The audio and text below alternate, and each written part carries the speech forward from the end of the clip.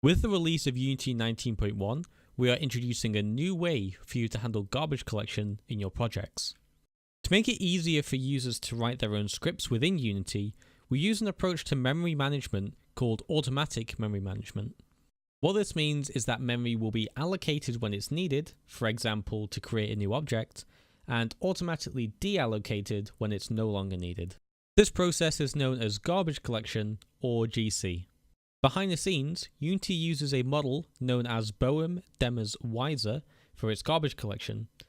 What this means is that the program will pause execution, release the allocated memory, and then continue when the process is complete.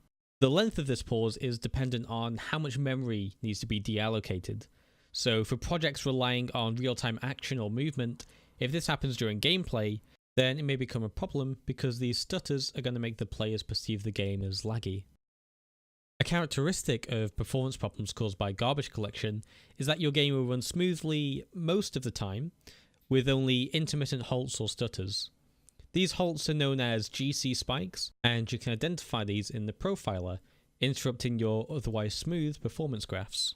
Developers commonly try to mend these spikes through code optimization with GC specifically in mind.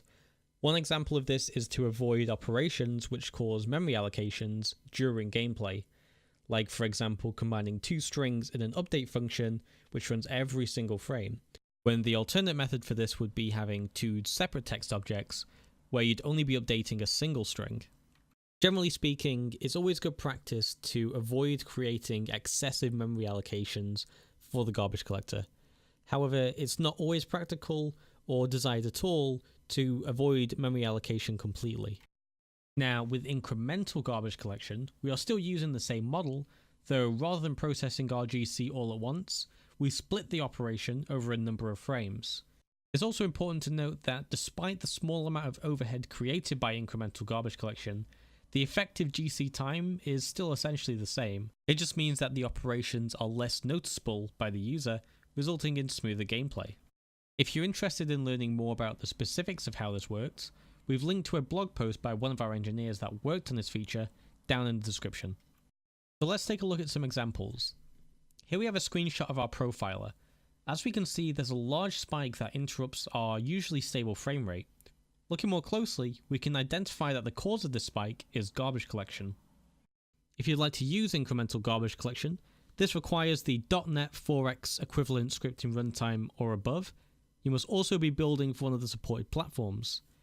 Once these requirements are both met, all you need to do is open up the settings window, choose player, and check the use incremental GC toggle. With incremental garbage collection enabled, we can check the graph again in the profiler, and rather than seeing a single concentrated spike for that one frame, we can see that the most expensive part of the operation, that is deciding on what memory isn't needed anymore, that load is now split over a number of frames, after which we can release the memory. This means that our player's gameplay experience will no longer be interrupted.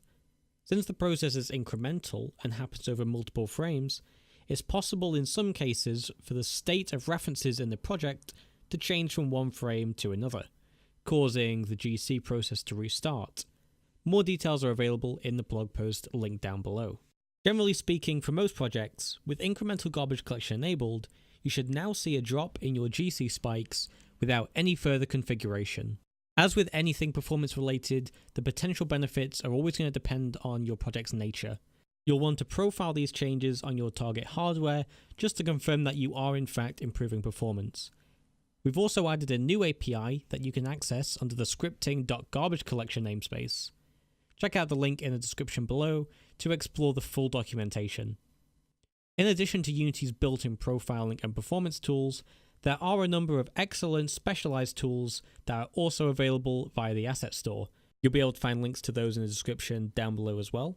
And we've also included some links to Unity courses that will be helpful if you're interested in learning more about the general Unity workflow.